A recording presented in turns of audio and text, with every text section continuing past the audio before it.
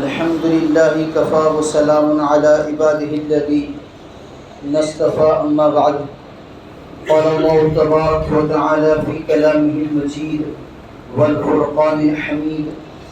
بعد أعوذ بالله من الشيطان الرجيم بسم الله الرحمن الرحيم يا أيها الذين آمنوا كتب عليكم الصيام كما كتب على الذين من قبلكم لعلكم تتقون أياما معدودات فمن كان منكم مريضا أو على سفر فعدة من أيام أخر وعلى الذين يطيقونه فدية طعام مسكين فمن تطوع خيرا فهو خير له وأن تصوموا خير لكم إن كنتم تعلمون شهر رمضان الذي أنزل فيه القرآن هدى للناس وبينات من الهدى والفرقان فمن شهد منكم الشهر فليصومه ومن كان مريضا أو على سفر فعدة من أيام أخر يريد الله بكم اليسر ولا يريد بكم العسر ولتكملوا العدة ولتكبروا الله على ما هداكم ولعلكم تشكرون عن سهل رضي الله تعالى عنه عن النبي صلى الله تعالى عليه وسلم قال إن في الجنة بابا يقال له ريان يدخل منه الصائمون يوم القيامة لا يدخل منه أحد غيرهم يقال أين الصائمون فيقومون لا يدخل منه أحد غيرهم فإذا دخلوا أغلق فلم يدخل منه أحد رواه البخاري أو كما قال عليه الصلاة والسلام اللهم صل على سيدنا محمد وعلى آل سيدنا محمد بارك وسلم اللهم صل على سيدنا محمد وعلى آل سيدنا محمد بارك وسلم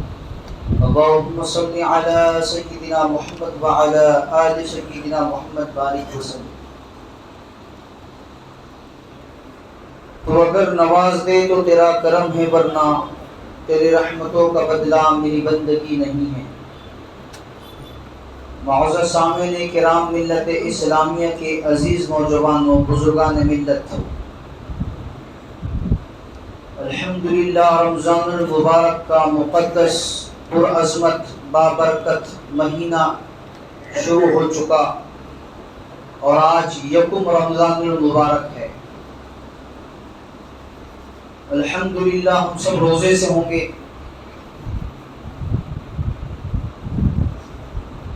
اس مہینے کی بابت قرآن عظیم الشان سورہ بقرہ آیت نمبر 183 سے 185 تک، ان 3 آیتوں میں اللہ تبارک و تعالی اس مہینے کی بابت ارشاد فرما رہے ہیں، اے ایمان والو،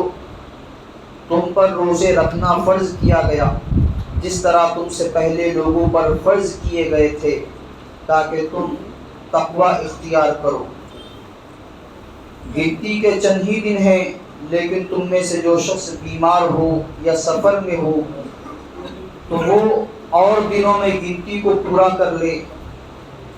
اور اس کی طاقت رکھنے والے فدیے میں ایک مسکین کو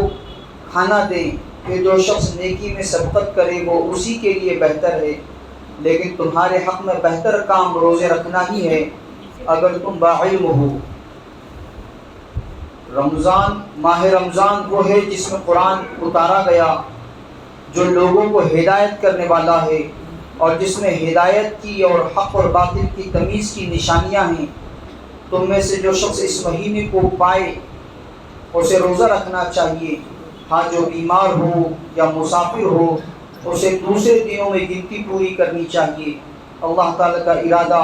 تمہارے ساتھ آسانی کا ہے، سختی کا نہیں۔ وہ چاہتا ہے کہ تم گنتی پوری کر لو اور اللہ تعالیٰ کی دی ہوئی ہدایت پر اس کی بڑائیاں بیان کرو اور اس کا شکر کرو۔ یہ سورہ بقرہ آیت نمبر 183 سے 185 3 آیتوں کا ترجمہ ہے۔ ایسے ہی بے شمار احادیث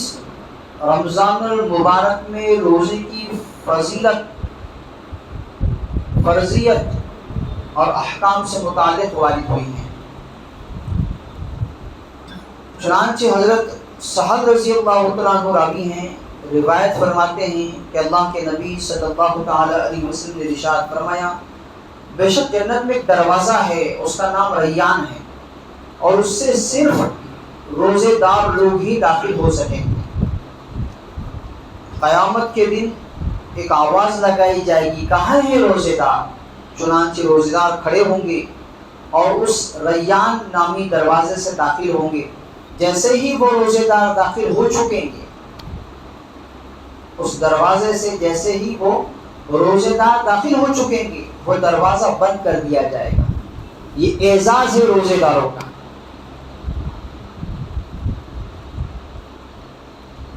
ذرا اندازہ لگائیے، خاص آپ کی مہمانی میں اگر کوئی دروازہ بنایا جائے اور آپ کو اہمیت دی جائے کہ آپ اکیلے اس دروازے سے داخل ہوں گے، اس کے بعد وہ دروازہ بند کر دیا جائے، کتنا بڑا اعزاز۔ بخاری شریف حدیث نمبر 1896 نمبر کی روایت ہے۔ تو یہ مہینہ سب سے بنیادی چیز مفتی خالد سیف اللہ رحمانی فرماتے ہیں، روزے کی فرضیت کا مہینہ ہے، ہمارے نظام الاوقات کو درست کرنے کا مہینہ ہے۔ اگر ہم اس مہینے کے شروع سے ہی اپنے وقت کی سیٹنگ لگائیں گے کہ مجھے سب سے پہلی چیز سحری کرنا ہے، سحری کے لیے اٹھنا ہے، اس کے لیے آداب، اٹھنے کی تیاری اور لازمی طور پر اپنے آپ کو اٹھانے کی فکر کہ سحری کھانا سنت ہے، اس میں برکت ہے، مجھے اٹھنا ہے، مجھے سحری کھانی ہے، وہیں سے آپ کی ترتیب بنے۔ روزہ فرض ہے ہر بالغ عاقل مرد عورت پر، عاقل بالغ مسلمان مرد عورت پر روزہ فرض ہے، اور جن کو رخصت دی گئی ہے، جیسے اوپر کی آیت میں ہم نے سنا کہ مشقت بھرا سفر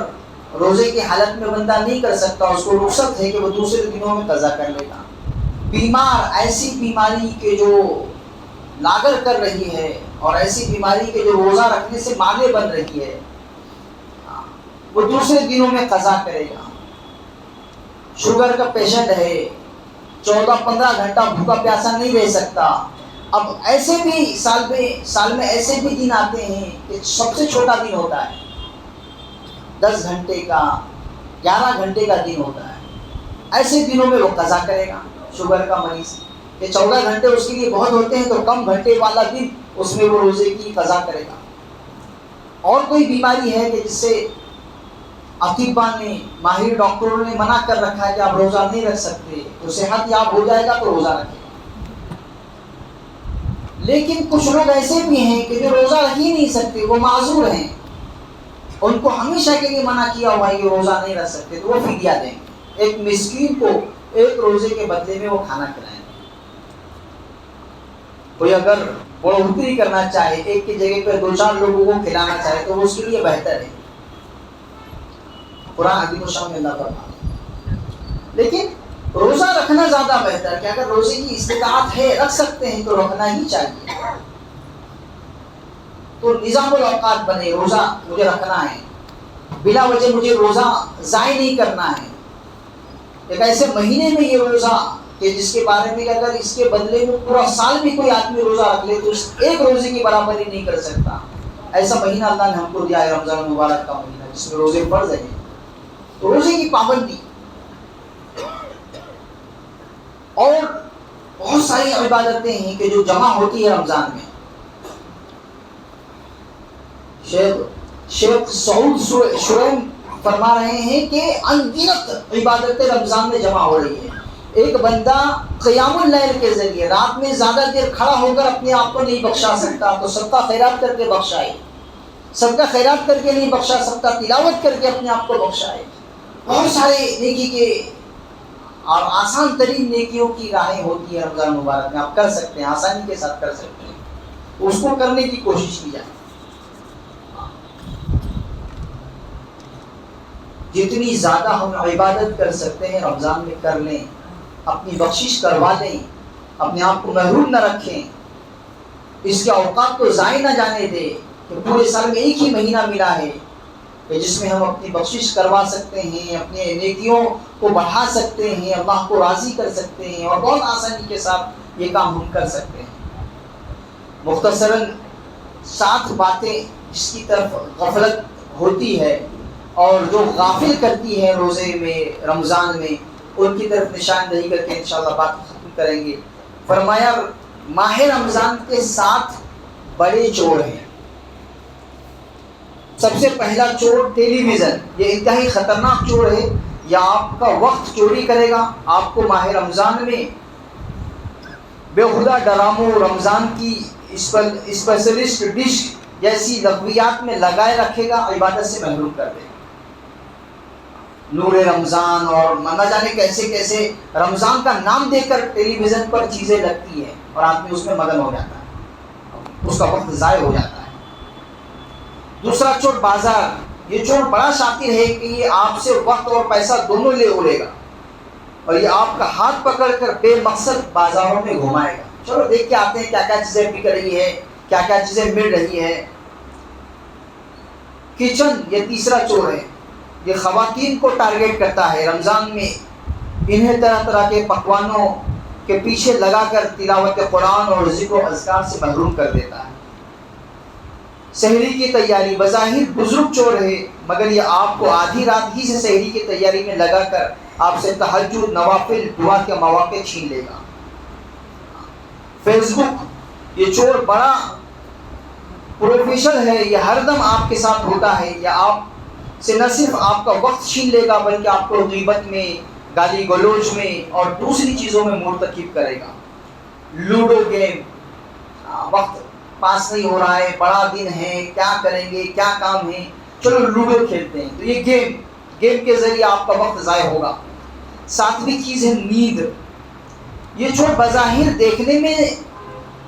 ضرر رساں نہیں ہے، نقصان دہ نہیں ہے، لیکن یہ بہت چالاک ہے، آپ کو ماہ رمضان میں تھپکی دے کر دن کے اکثر حصے میں سلائے رکھے گا، عبادتوں سے کی سعادتوں سے محروم کر دے گا۔ روزہ تو ہے، کیا کریں گے، چلو سو جاتے ہیں، کئی گھنٹے کی نیند ہو رہی ہے۔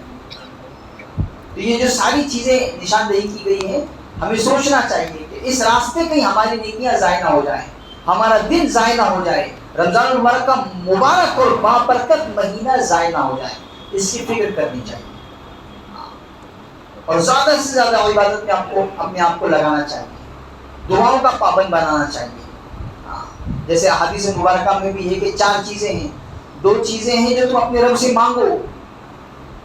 جنت کی طلب کرو، جہنم سے چھٹکارے کی دعا کرو، اور 2 ذکر کی کثرت کرو، کلمہ طیبہ کی کثرت، استغفار کی کثرت سے کلمہ طیبہ کا ہو، ذکر ہو، اور استغفار کی، اپنے گناہوں کی معافی بھرے جملے ہم کہ اللہ سے ہم اپنے گناہوں کی معافی مانگتے ہوئے ایسے استغفار کی ہم کثرت کریں۔ 20 چیزیں ہیں جو کرنے کی ہیں، اور جو راستے ہیں وقت ضائع کرنے کے، مہینہ ضائع کرنے کے، ان سے اپنے آپ کو بچانے کی کوشش کریں۔ صبر کا مہینہ ہے، صبر کے ساتھ رہیں، بلا وجہ کسی سے الجھنے کی کوشش نہ کریں، جھگڑا نہ کریں، اپنے آپ کو قابو میں رکھیں۔ خواہشات کو دبانے کا مہینہ ہے کہ اس مہینے میں اللہ نے روزے کو فرض کیا، حلال چیز کو سے آپ کو رکا کے رکھا ہے کہ کھانے پینے سے آپ رکے ہوئے ہیں، حلال چیز تھی، عام دنوں میں آپ کھاتے پیتے تھے، اب اس مہینے میں آپ نے کھانا پینا چھوڑ دیا، اللہ کی رضا کے لیے چھوڑ دیا، تو جیسے کہ حلال چیزوں سے ہم رک رہے ہیں، حرام چیزوں سے ہم رکنے والے بن جائیں، گناہوں سے اپنے آپ کو بچانے والے بن جائیں، اپنے آپ کو کنٹرول کریں، اپنے آپ کو گناہوں سے بچائیں۔ اور روزے کی حالت میں ایسے تو یہ مہینہ ہی آیا ہے نیک بنانے کا، متقی بنانے کا، پرہیزگار بنانے کا، اور اس متقی اور پرہیزگار بنانے والے مہینے میں روزے کی حالت میں اگر گناہ ہو جائے تو کیا ہوگا؟ تو اس لیے